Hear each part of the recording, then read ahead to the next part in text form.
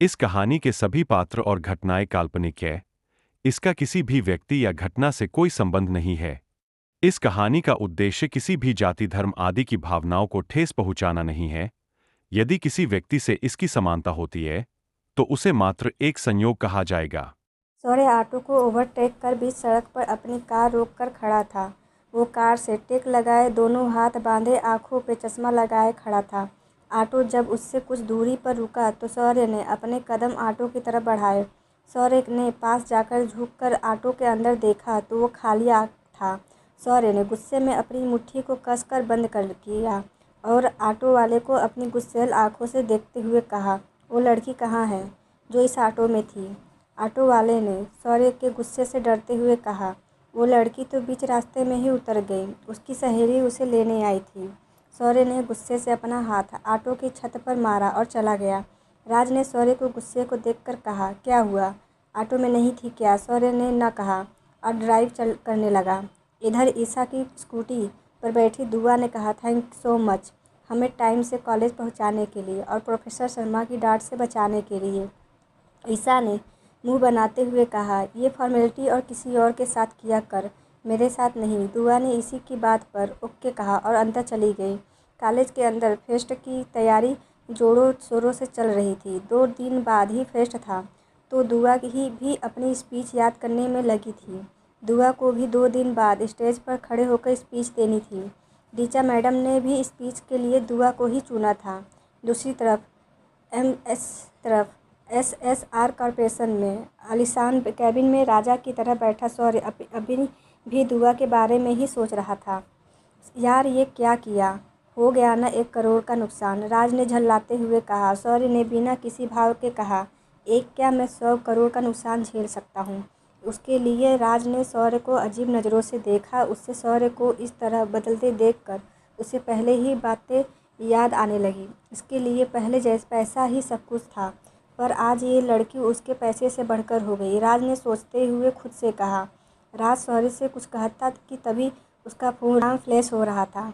Call receive करते ही राज ने कहा, कुछ पता चला? कॉल के दूसरी तरफ से अनमय ने कहा, एक आदमी लगा है हमारे साथ।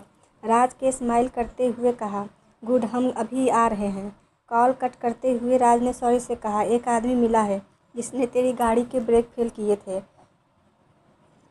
सौर्य के हाथ में वाइन का ग्लास था। राज की बात सुनकर उसने ग्लास को इतनी जोर से पकड़ा कि वो टूटकर नीचे 100 टुकड़ों में बिखर गया। सौर्य बिना कुछ बोले उठा और चला गया। राज भी उसके पीछे चला गया। राइस ज़्यादा मैंसन में मीरा हॉल में टहलते हुए बार बार मेन रोड की तरफ ही देख रही थी। उनके चेहरे पर परेशानियों के भाव साफ झलक रहे थे। मीरा को इतनी टेंशन में देख राधिका ने कहा, भाभी आप इतना परेशान क्यों हो रही हैं? राधिका रमन की पत्नी ही थी और सौर्य की चाची। मीरा ने राधिका की बातों का जवाब देते हुए कहा, परेशानी की ही तो बात है न राधिका, उन्हें अब तक आ जाना चाहिए था, अभी तक नहीं आई वो सब। भाभी ट्रैफिक में फंस गई होंगी या जाएगी, आप यहाँ आराम से बैठिए, राधिका ने मीरा को बैठाते हुए कहा। तभी मेन डोर से अंदर आते हुए कुछ लोगों पर मीरा की नज़रें गई और मीरा ने होठों पर एक स्माइल आ गई। दूसरी तरफ जब सौर्य और राज दोनों फार्म हाउस पहुँचे तो अनमय की गन पॉइंट पर एक आदमी बैठा था। सौर्य को देखकर अनमय खड़ा हो गया। सौर्य उस आदमी के सामने बैठते हुए बोला, ज़्यादा टाइम नहीं है मेरे पास, इसलिए तुझे 30 सेकंड दे रहा हूँ। किसके के कहने पर तुमने मेरे कार की ब्रेक फेल की है? सौर्य की गुस्से से लाल आंखों को देखकर वो डर के कांपने लगा। मैं नहीं जानता उस आदमी को, मुझे इस काम के लिए 10 लाख मिले, डील और बाकी सारी बातें कॉल पर हुई थी। राज ने गुस्से से कहा, एशिया के नंबर 1 बिजनेसमैन के मौत की कीमत सिर्फ 10 लाख? क्या मजाक है ये? अब सीधे सीधे सारी बातें बता, वरना तेरा ये दुनिया छोड़ना तय है आज। राज की बात सुनकर वो आदमी और डर गया और कांपती आवाज़ में कहा, मैं नहीं जानता सर, मैं सच में कुछ नहीं जानता। वो कॉल भी प्राइवेट नंबर से ही आते थे। उस शख्स ने इतना ही कहा था कि तभी गोली की आवाज़ ने सबका ध्यान अपनी ओर खींचा। सौर्य की गन से निकली बुलेट ने उस आदमी की जान ले ली थी। जब किसी काम के नहीं हो तो जिंदा रहकर क्या करते? सौर्य जो डेविल पर्सनैलिटी का इंसान था, वो 1 सेकंड भी देरी नहीं करता था अपने दुश्मनों की जान लेने में। उस आदमी के खून की छींटें सौर्य के चेहरे पर पड़ी थी। शौर्य अपनी जेब से अपना रुमाल निकालकर अपने चेहरे पर खून के छींटे साफ करने लगा। तभी उसका फ़ोन रिंग हुआ। शौर्य के कॉल पिक करते हुए हेलो हेलो कहा। दूसरी तरफ बोल रहे शख्स की बातें सुनकर शौर्य की मुट्ठी फ़ोन पर कस गई और आंखों पर और गुस्सा दर्द दिखने लगा। शौर्य बिना एक पल की देरी किए चला गया। राज और अनमय हैरानी से आंखें बड़ी किए शौर्य को जाते हुए देख रहे गए।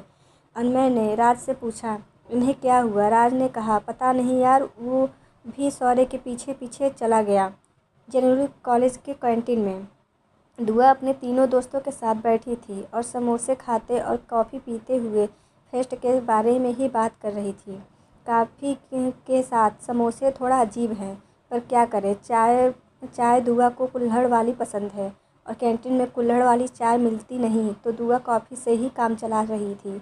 तभी आयशा हंसते हुए उनके पास आई और दोनों हाथ कमर पर रख कर झुकते हुए लंबी लंबी सांसें लेते हुए आयशा ने कहा, गाइज एक गुड न्यूज़ है। फेस्ट के नेक्स्ट डे कॉलेज वाले हमें एक छोटे से ट्रिप पर भेज रहे हैं, 2 दिन के लिए जयपुर। आयशा की बातें सुनकर ईशा, ऋषि और मोहित तीनों ऐसे खुश हुए मानो उनकी 50 लाख की लॉटरी लग गई हो। ईशा ने दुआ के चेहरे पर तनाव देखकर कहा, क्या हुआ, तू क्यों ऐसे मुँह लटकाए बैठी है? आयशा ने कहा, तू क्या खुश नहीं इस ट्रिप को लेकर? तभी ऋषि ने कहा, अरे नहीं यार, ये इसलिए परेशान है, अंकल शायद इसे परमिशन नहीं देंगे ट्रिप पर जाने की। तीनों की बातों सुनकर दुआ ने खिंचते हुए कहा, ये बात नहीं है यार। तो क्या बात है, बताना हमें यार। मोहित ने शांत और सहजात से पूछा। तो दुआ ने रूहानी आवाज़ में कहा, मेरे असाइनमेंट कंप्लीट नहीं है यार। वो तो ये बात है। चारों ने एक साथ कहा, हाँ यही बात है। दुआ ने लगभग रोते हुए कहा, ज़्यादा परेशान मत हो मेरी जान, अभी 2 रातें हैं, जाग कर कंप्लीट कर ले अपने असाइनमेंट।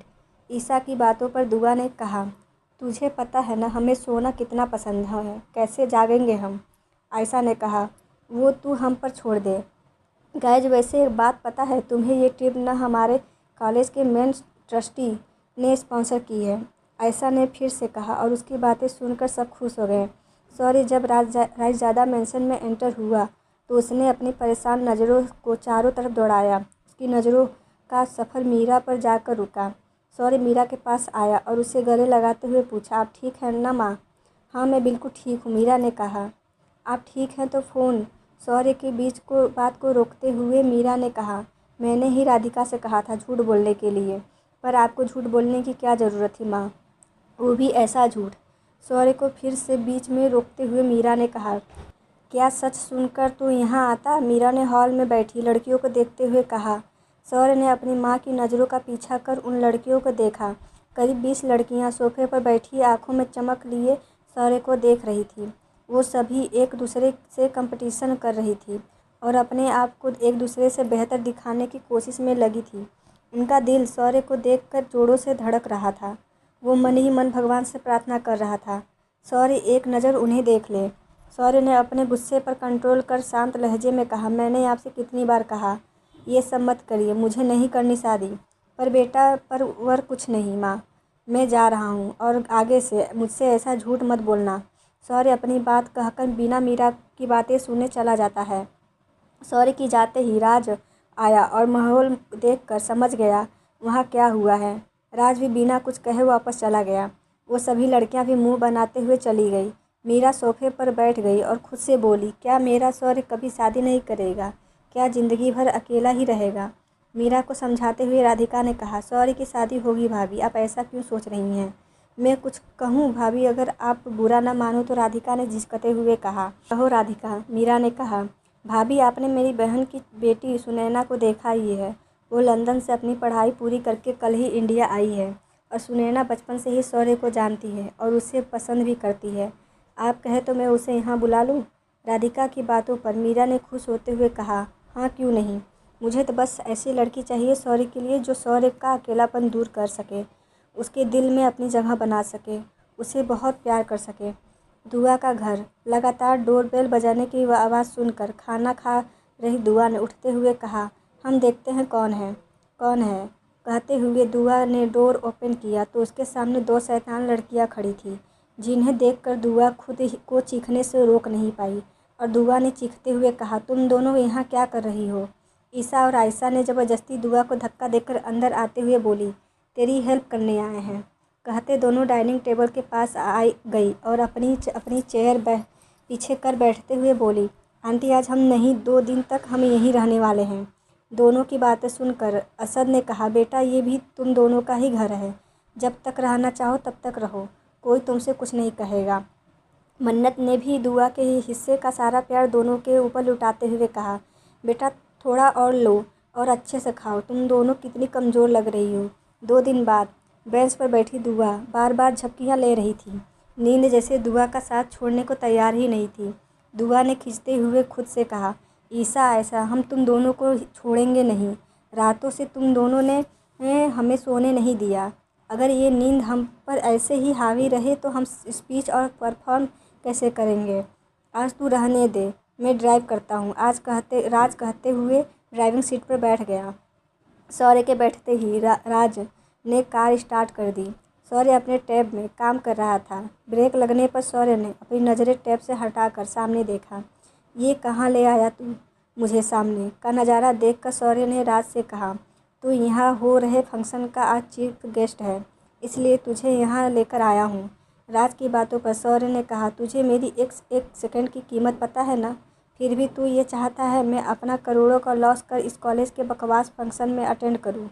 मैं नहीं चाहता, ऐसा माँ चाहती हैं। उनका फ़ोन आया था, उनके कहने पर ही मैं ये सब कर रहा हूँ। माँ का नाम सुनकर शौर्य चुप हो गया। कहा, यार 1-2 घंटे की बात है, वैसे भी तुम इस कॉलेज का मेन ट्रस्टी है। तेरे दादा कॉलेज के फेस्ट में हर साल चीफ गेस्ट बनकर शामिल होते थे। दादू के बाद तेरे पापा और अब माँ चाहती हैं अब से तू यहाँ आएगा हर फेस्ट पर चीफ गेस्ट बनकर। राज की बातें सुनकर शौर्य ने कहा, मुझे नहीं पसंद है ये सब, पर अब तुझे ये फंक्शन अटेंड करनी ही पड़ेगा, माँ ने जो कहा है। राज ने शौर्य को चिढ़ते हुए कहा। शौर्य कार से निकलने को हुआ कि राज ने उसे रोकते हुए कहा, पता चल गया उनका, जिसने तेरे रूम में उस लड़की को भेजा था तुझे खुश करने के लिए। राज की बातों पर शौर्य ने उसे तिरछी नज़रों से देखा। राज ने शौर्य का इशारा समझते हुए एक नंबर डायल कर शौर्य की तरफ फ़ोन बढ़ा दिया। शौर्य ने फ़ोन पर कान लगाया और कॉल को रिसीव होते ही कहा, बहुत शौक़ है ना तुझे मुझे खुश करने का, मेरे पास लड़कियां भेजने का, तो अगली बार मुझे खुश करने के लिए अपनी बेटी को ही भेज देना। शौर्य ने गुस्से से अपने शब्दों पर जोर देते हुए कहा और कॉल कट कर राज को फ़ोन देते हुए कहा, मुझे इसकी कंपनी के सारे शेयर अपने नाम पर चाहिए। राज ने मुस्कुराते हुए कहा, हो जाएगा।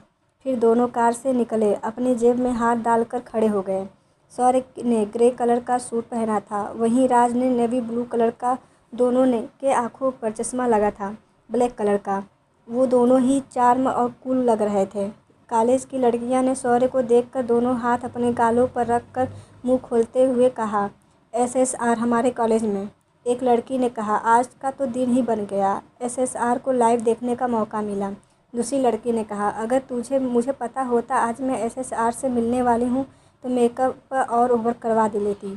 तीसरी लड़की ने कहा, कितना हॉट है यार ये। चौथी ने कहा, काश मैं इन्हें किस कर सकती। ऐसे ही बहुत सारे कमेंट्स लड़कियां शौर्य को दे रही थी, जिन्हें मैं यहाँ मेंशन भी नहीं कर सकती। शौर्य ने उनका सभी कमेंट्स को सुन रहे थे, पर अब उसके चेहरे पर कोई भाव नहीं थे।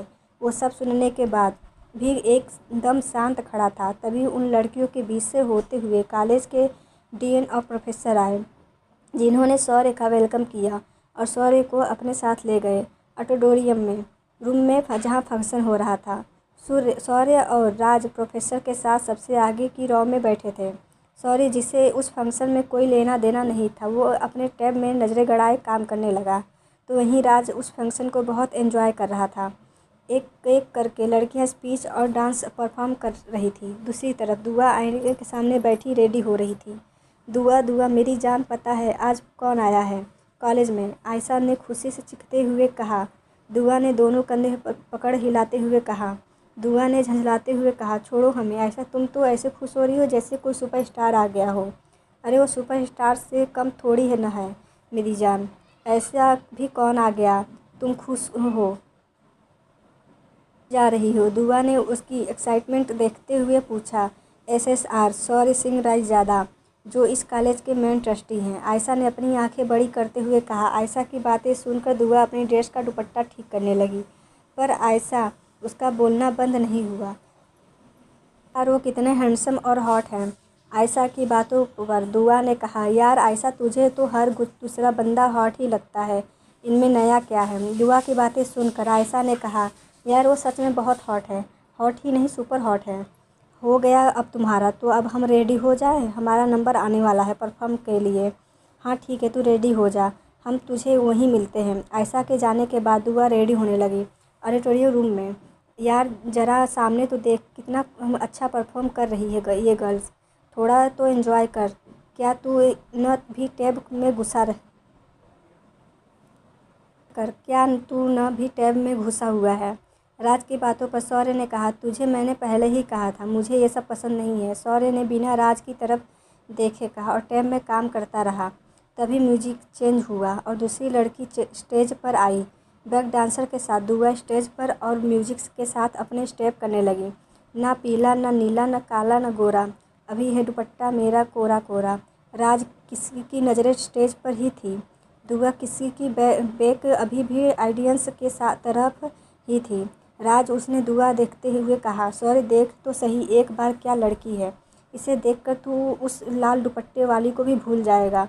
राज ने इतना कहने पर भी शौर्य ने दुआ की तरफ नहीं देखा।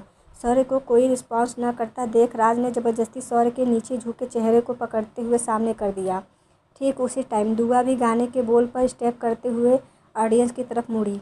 मेरा मन डोले तेरा तन डोले, मेरा मन डोले तेरा तन डोले, अगर करे दिल तेरा अगर करे दिल तेरा, आ रंग दे दुपट्टा मेरा।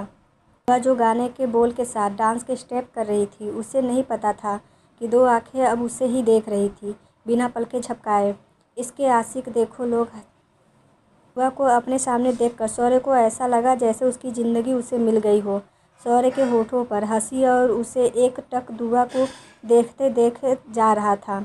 राज ने मन ही मन खुद से बोला, ये क्या अभी तू ये देख भी नहीं रहा था और अब ये पलके झपकाना भी भूल गया।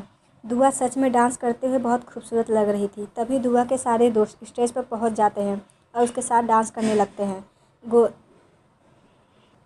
गाने के बोल कुछ ऐसे ही थे जिन्हें सुनकर शौर्य को लगा कि दुआ ये उससे ही कह रही है और शौर्य यही सोचते हुए मुस्कुराने लगा।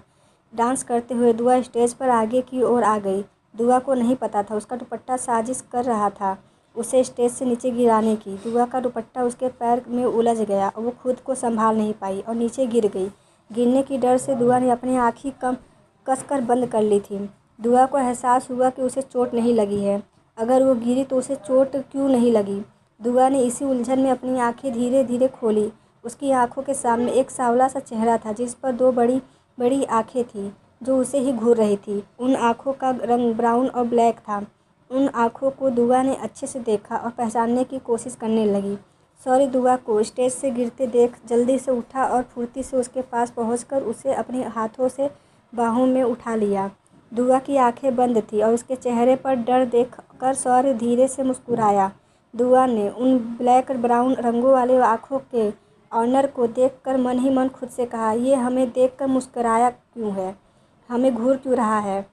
तभी ईशा और आयशा दोनों दुआ के पास आ गई। शौर्य ने दुआ को देखकर मन ही मन खुद से कहा, आखिर तुम मुझे मिल ही गई। सुनकर शौर्य अपने ख्यालों से बाहर आया और दुआ को सही से खड़ा करते हुए उससे पूछा, तुम्हें चोट तो नहीं लगी।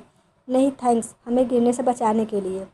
दुआ थैंक्स बोलकर दूसरी तरफ स्टेज से पर वापस चली गई और स्पीच देने लगी। शौर्य ने स्पीच देते हुए दुआ को देखा और राज के कानों में धीरे से कुछ कहा। राज मुस्कुराया और बोला, डोंट वरी, हो जाएगा। फेस्ट ख़त्म होने के बाद दुआ अपनी ड्रेस चेंज करके बाहर आई तो ईशा और आयशा दोनों उसे अजीब नज़रों से देखते हुए मुस्कुरा रही थी। दुआ ने दोनों को खुद से ऐसे देख कर पूछा, तुम दोनों हमें ऐसे क्यों देख रही हो।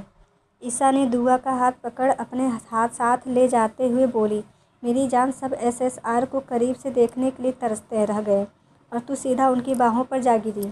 यार सच में कैसे हीरो की तरह तुझे गिरते हुए देखकर तुझे अपनी बाहों में थाम लिया। हाय काश तेरी जगह में होती यार, आयशा के ने आहें भरते हुए कहा। दुआ ने उन दोनों लड़कियों को देखा जो एक लड़के के लिए पागल हुई जा रही थी। दुआ ने ईशा को घूरते हुए देखकर कहा, ईसा, तेरा बॉयफ्रेंड भी है, याद है या भूल गई? ईसा ने अपनी आंखें दबाते हुए अपनी जीभ को दांतों से के बीच ले लिया। यार, इसी को तो मैं भी भूल गई थी। कहीं उसे मुझे ये सब कहते सुन लिया ना। तो ईसा ने अपने चारों तरफ देखते हुए कहा। वो सब एक साथ बाहर आए। ईसा और स्कूटी से चली गई तो आयशा भी को पिक करने उसकी कार आई थी। दोनों के जाने के बाद दुआ इधर उधर देखने लगी। तभी एक अंकल दुआ के बराबर में आकर खड़े हो गए। दुआ ने अपने स्टेप अंकल के स्टेप से मिलाए और उनके साथ रोड क्रॉस करने लगी। दुआ ऐसा इसलिए कर रही थी क्योंकि उसे अकेले रोड क्रॉस करने में डर लगता है। दूसरी तरफ जाकर दुआ ने ऑटो के लिए और चली गई। दुआ की ऑटो के पीछे एक ब्लैक कलर की रेंज रोवर चल रही थी। बताने की ज़रूरत नहीं है ये ब्लैक कलर कार किसकी थी। हाँ, ये शौर्य की कार थी। शौर्य कार में बैठे हुए ही दुआ की सारी हरकतें देख रहा था। उसे ये भी समझ आ गया था दुआ का रोड क्रॉस करने से डर लगता है।